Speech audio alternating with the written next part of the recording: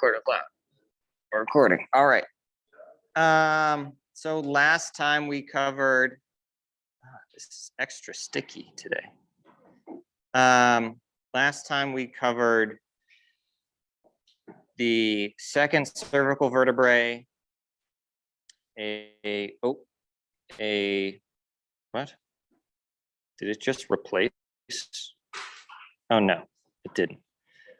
Generic cervical vertebrae, so common features found on C3 through C7. And now we're going to cover the first cervical vertebrae because I forgot to put it in there originally, but I fixed it. So C1, it's called the atlas. Yep. So I just added the slides into the PowerPoint, and it's the same link on Canvas. And these slides will, did I upload the slides from last class? Okay. I will try to remember to upload the slides right after class as well today. All right, atlas. Anyone recall Greek mythology? What is it? Atlas, who holds the weight of the world on his back, right?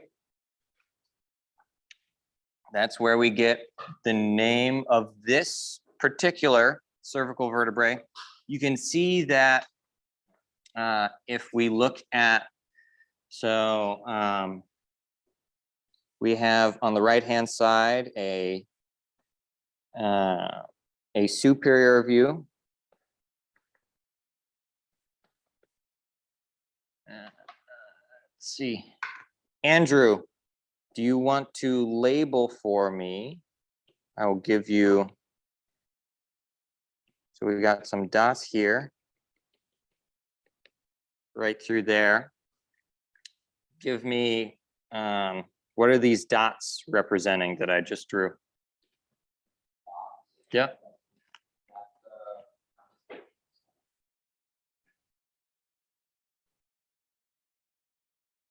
It's going right through the center. Through the axis, right? So this is a superior view. We're looking straight down onto the vertebrae.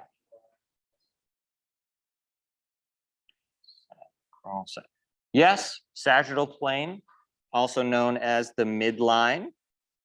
So directional terms, that line is going to be medial, and then towards the outside we have lateral on other sides. All right, thank you, Andrew. And then on the left-hand side, this is an anterior view.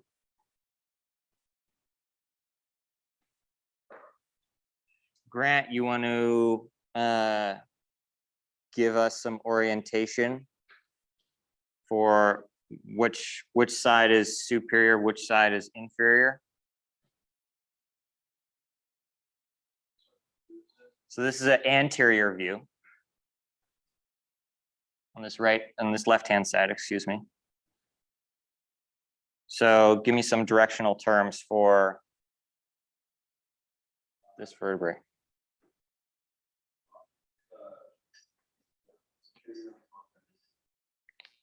Superior. And then we have inferior down here. And then we can also separate these by a black line here. And then we will do the midline in blue, the medial, and lateral, and lateral. All right. So now that we have some directions, we're going to start on this right-hand side with a superior view because I think it's a little bit easier to wrap my head around. So we have the superior articular facets. Let's do this in a pink. Superior articular facet. Those are going to be right here.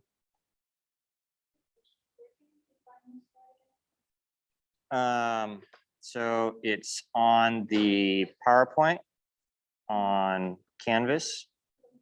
It should be. So superior articular facet, we have them on both sides. Parker, what are these articular facets? If this is the first cervical vertebrae and the cervical section of the spine, cervical spine, is the most superior spine, portion of the spine, excuse me. What might these superior articular facets be articulating with on the skull? On the skull.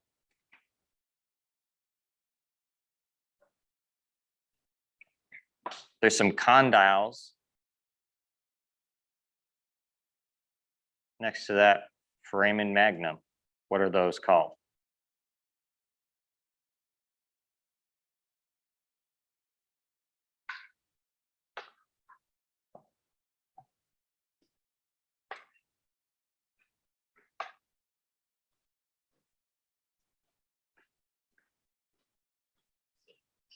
The occipital condyles, right. So when we look at the skull, I don't know. When we look at the skull, the first cervical vertebrae is quite different from the rest of the vertebrae.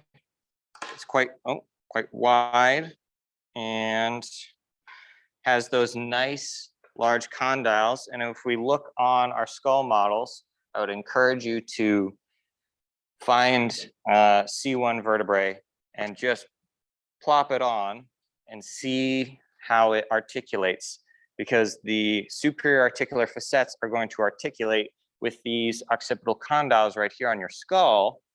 And that's what's going to allow you to move your head back and forth, partially, one of the things that will allow you to do that.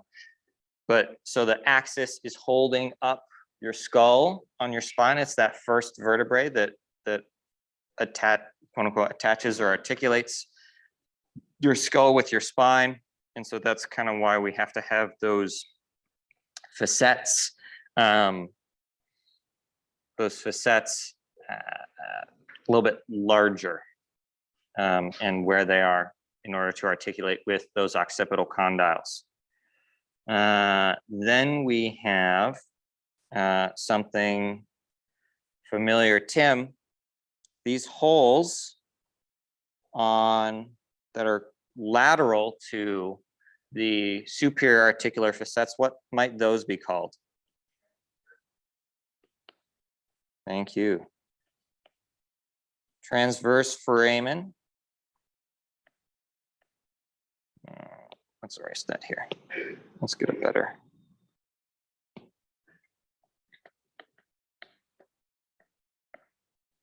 Transverse foramen, much like if we go back to the second cervical vertebrae or our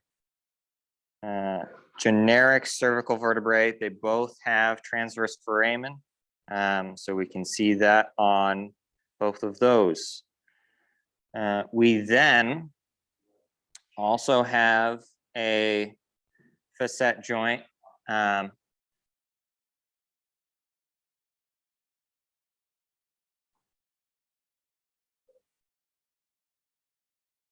We also have a facet joint for the dens. So if we recall, right, the second cervical vertebrae has this pointy bit popping up here that allows us to have that rotation, helps us have that rotation. And so that articulating surface on the second cervical vertebrae is going to have a surface that it articulates with on the first cervical vertebrae. And that is going to be right here. Right there. So that is the facet for the dens. For the dens.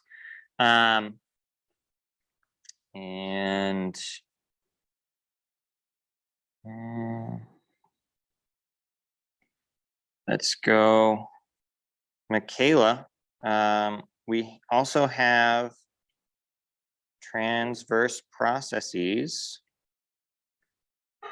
Where might I highlight those? Where on this view, where am I going to highlight the transverse processes?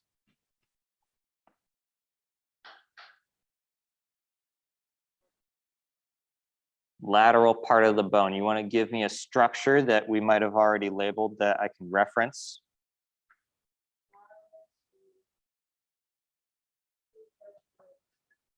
Lateral to the superior articular facets. Yes. I would also probably say lateral to the transverse foramen as well. You probably can classify these structures over here as being lateral to the superior articular facets, but how it's labeled in the images that I use, they're right there.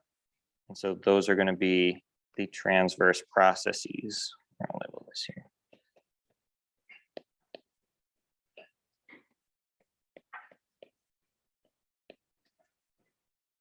Okay, so with transverse processes, transverse foramen, facet for the dens, superior articular facet, and then we also are going to have a arch. Kimmy, you want to tell me where I'm going to highlight for the posterior arch.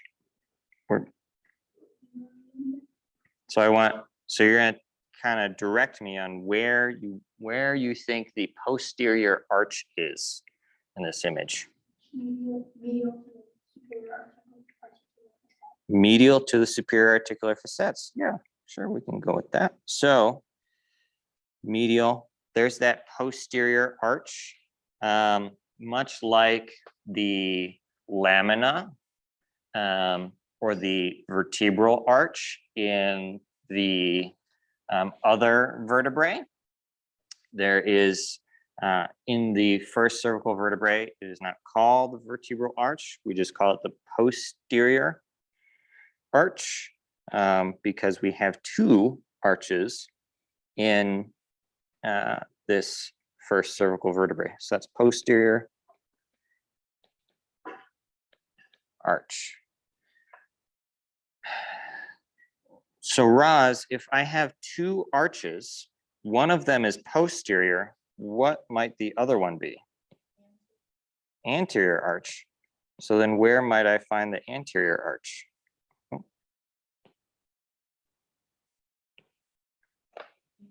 Which one of these leaders, and give me a relationship to another structure that we have all already labeled. Inferior to the facet for the dens. Inferior. Not quite. Choose a different directional term. Anterior. Much better. So it's anterior. So we got that right there. That anterior portion, as Roz said, And that's going to be anterior arch.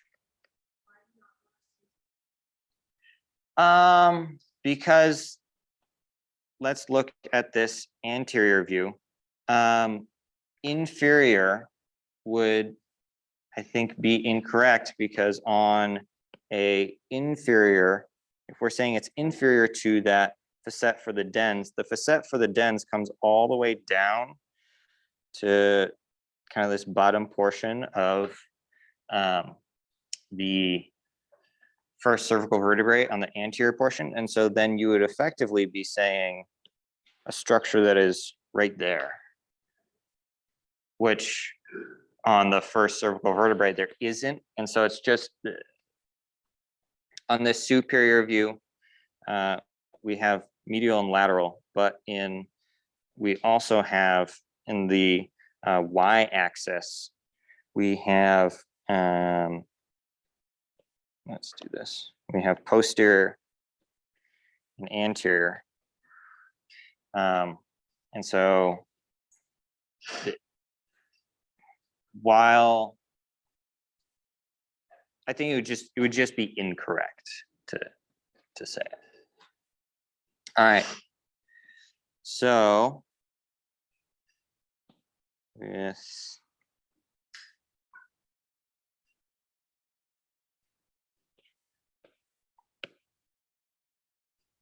With that, we're going to look at this anterior view now.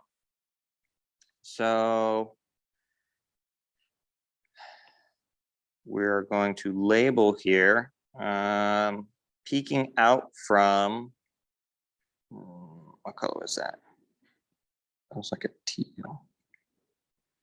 We can see very tiny right there, peeking out for us is that superior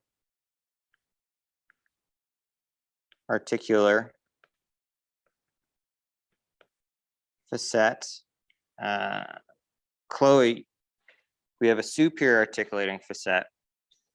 We also have to articulate with the second cervical vertebrae. Can you point out to me where the inferior articular facet is going to be? Point, tell me, give me directional terms.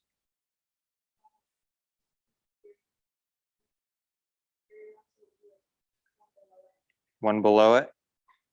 Pretty good. So it's going to be right there. Yeah. Yeah. So that's going to be our inferior articular facet.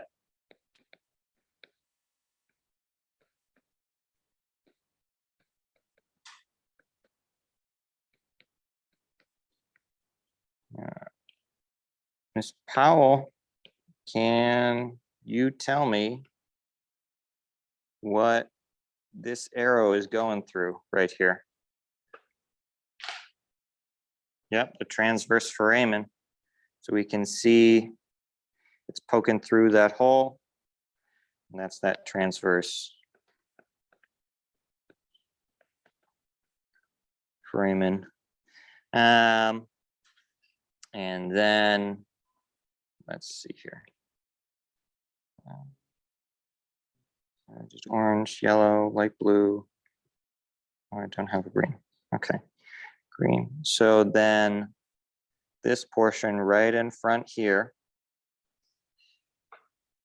Powell, what might that? No, I already had you answer transverse foramen. Mia, tell me what I just highlighted in green right here.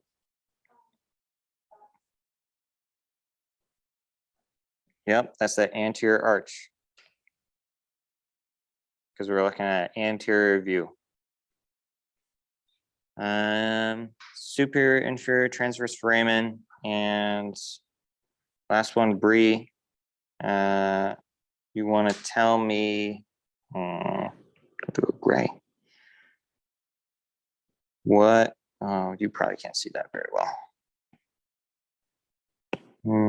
Because I can't see that very well. Let's do a dark blue. Bree, you want to tell me? There we go. What that is that I just highlighted there. See that dark blue on the right-hand side? Transverse process.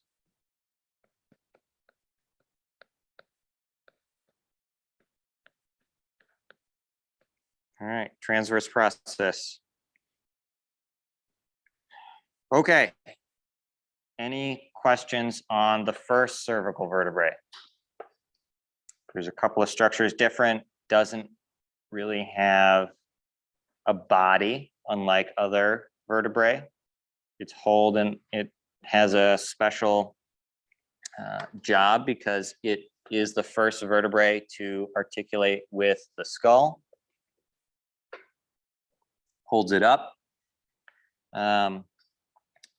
Much like the rest of the vertebrae, it has transverse processes. It has superior and inferior articulating facets. Similar to other cervical vertebrae, it has a transverse foramen. And even though it's not labeled, I'll give one to Teo. Let's see here. I already used pink. I already used pink. Yellow. I don't know. What color is that? I don't know. Teo, you want to tell me what this space in here is going to be called? Is it the vertebral foramen? Yep, the vertebral foramen. So we'll go in here. That one right there. That is going to be vertebral foramen. All right. Very nice. C2 axis, right? We have that special dens, that special process that is unique to the second cervical vertebrae. We can see the body, superior and inferior articulating facets, transverse processes. We have transverse foramen. We can see the inferior articular process and inferior articular facets. The vertebral foramen, vertebral arch, the spinous process. For most of cervical vertebrae, here's a nicely labeled first cervical vertebrae. If you want to look at that one, much nicely labeled than mine. For several of you pointed out last time we had class that many of the cervical vertebrae have a split or bifid spinous process. So it kind of looks like a fishtail that is present on many, if not the majority of the cervical vertebrae. So I think C3 through 6, maybe even 7. Definitely 3 through 6 have a bifid spinous process. Let's see how much. We got a vertebral arch, lamina, vertebral foramen. We start to get some pedicles once we get into some cervical vertebrae. We get a body, transverse foramen, spinous processes.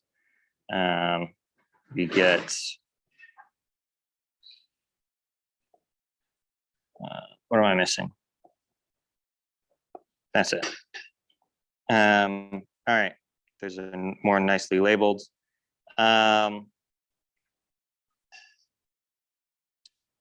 We can also see kind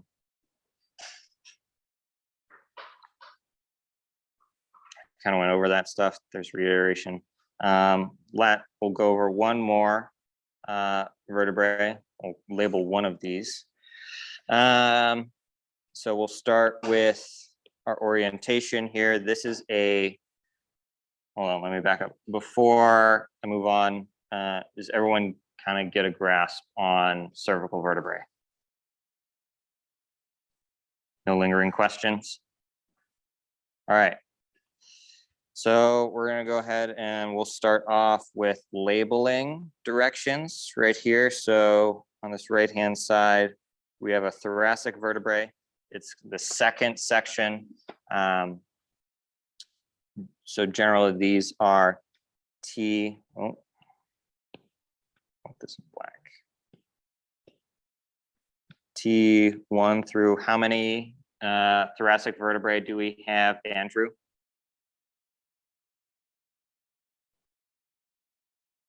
12, right? Because we eat breakfast at 7, we eat lunch at noon, and we have dinner when, Grant? At 5. 5 corresponds to, and dinner in that analogy corresponds to what section of the spine?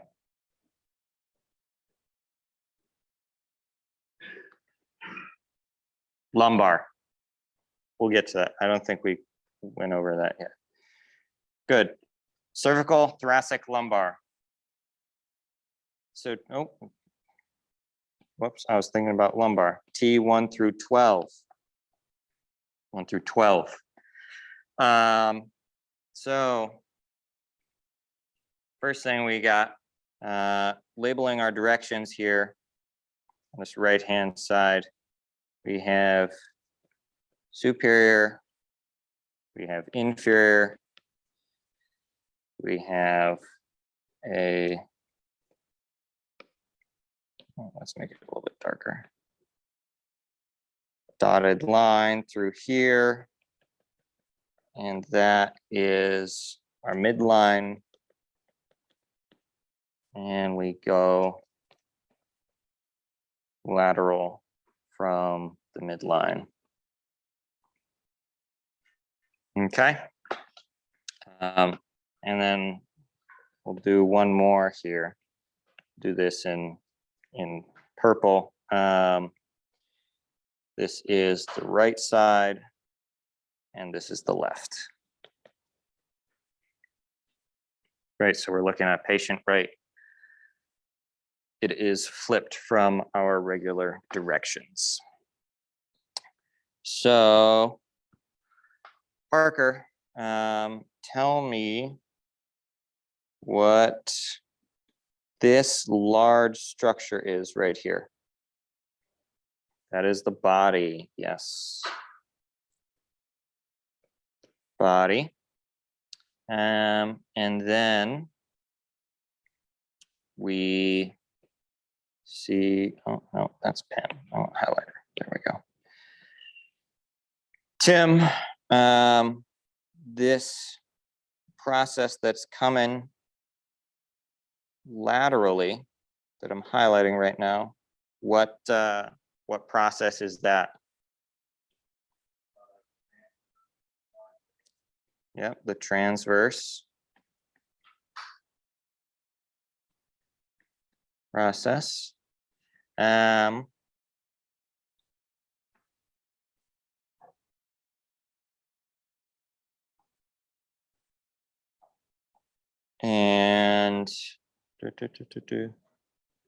let's see here.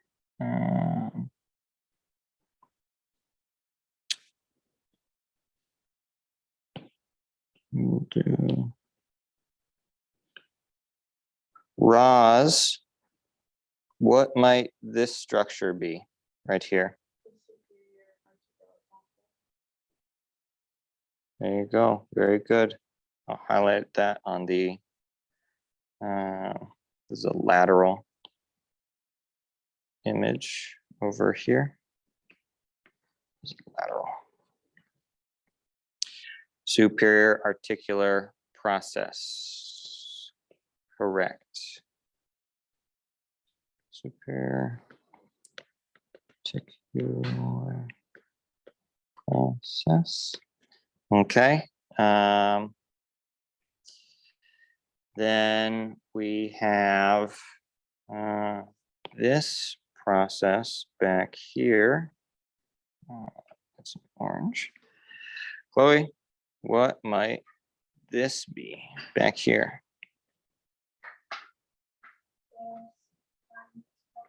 The spinous process, yes.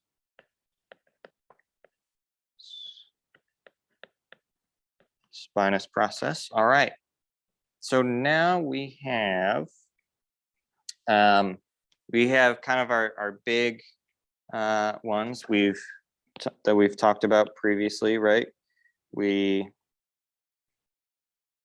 have some, you know what, is it in here?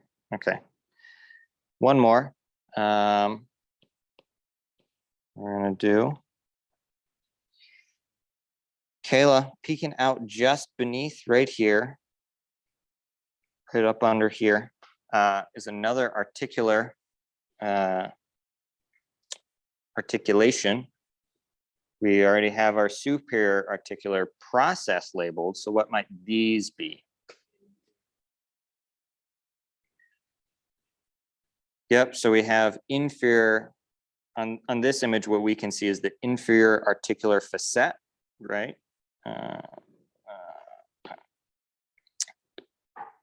The difference between the facets and the process is the facet is more of the joint surface where it articulates with another vertebrae. So inferior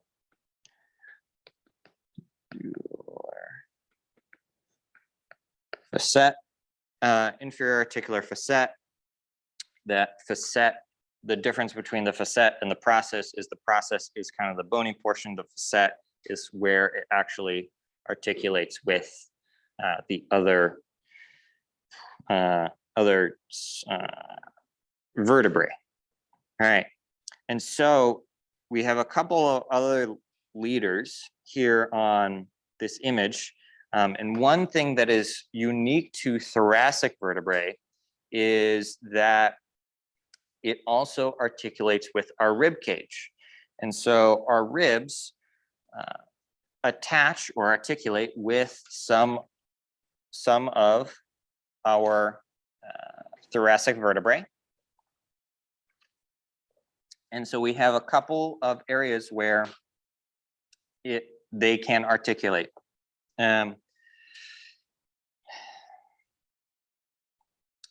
So in some of the vertebrae, we have on the transverse process a facet joint for the vertebrae, for the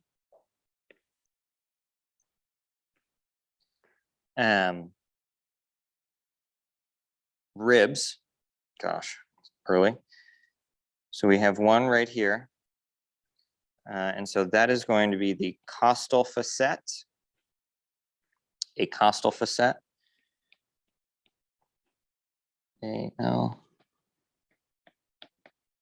Set on the on the transverse process.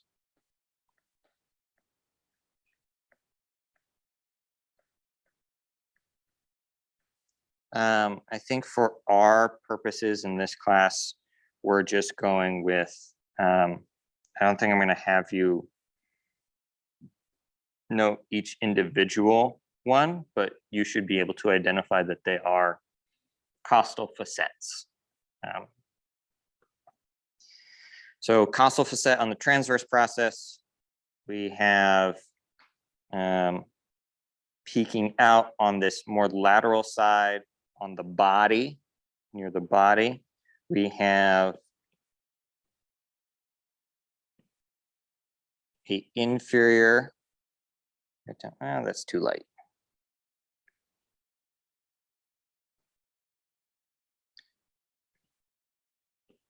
Do black here. That one is inferior costal facet.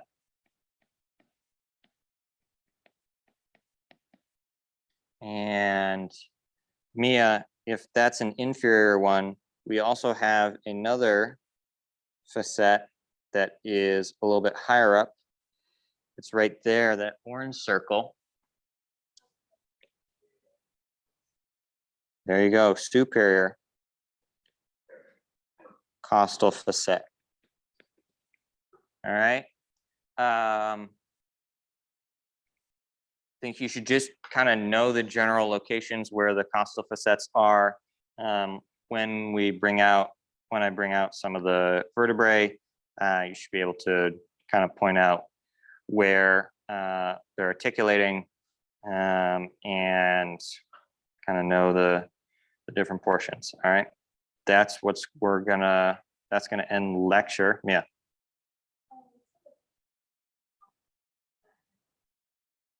What's the difference between a costal facet and a regular facet?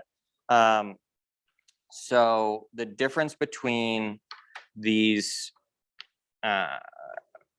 superior and inferior articular facets and then a costal facet is going to be those superior and inferior facet joints are going to articulate with other other vertebrae, excuse me. And the costal facets are going to articulate between a vertebrae and a rib. So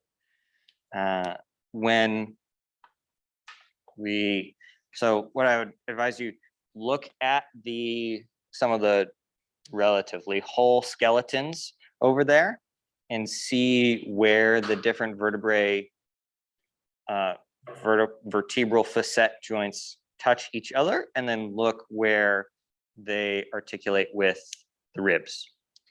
And you should be able to kind of differentiate between the two. Okay, any other questions? Facet joints, spinous processes. I'm in a bad habit of calling all vertebrae spinous processes. All right, we'll spend the rest of the time today doing lab. Make sure to ask questions if you have them. Review the stuff that we just went over. Review the stuff that we've already went over. Yeah, we'll be able to identify everything on the models.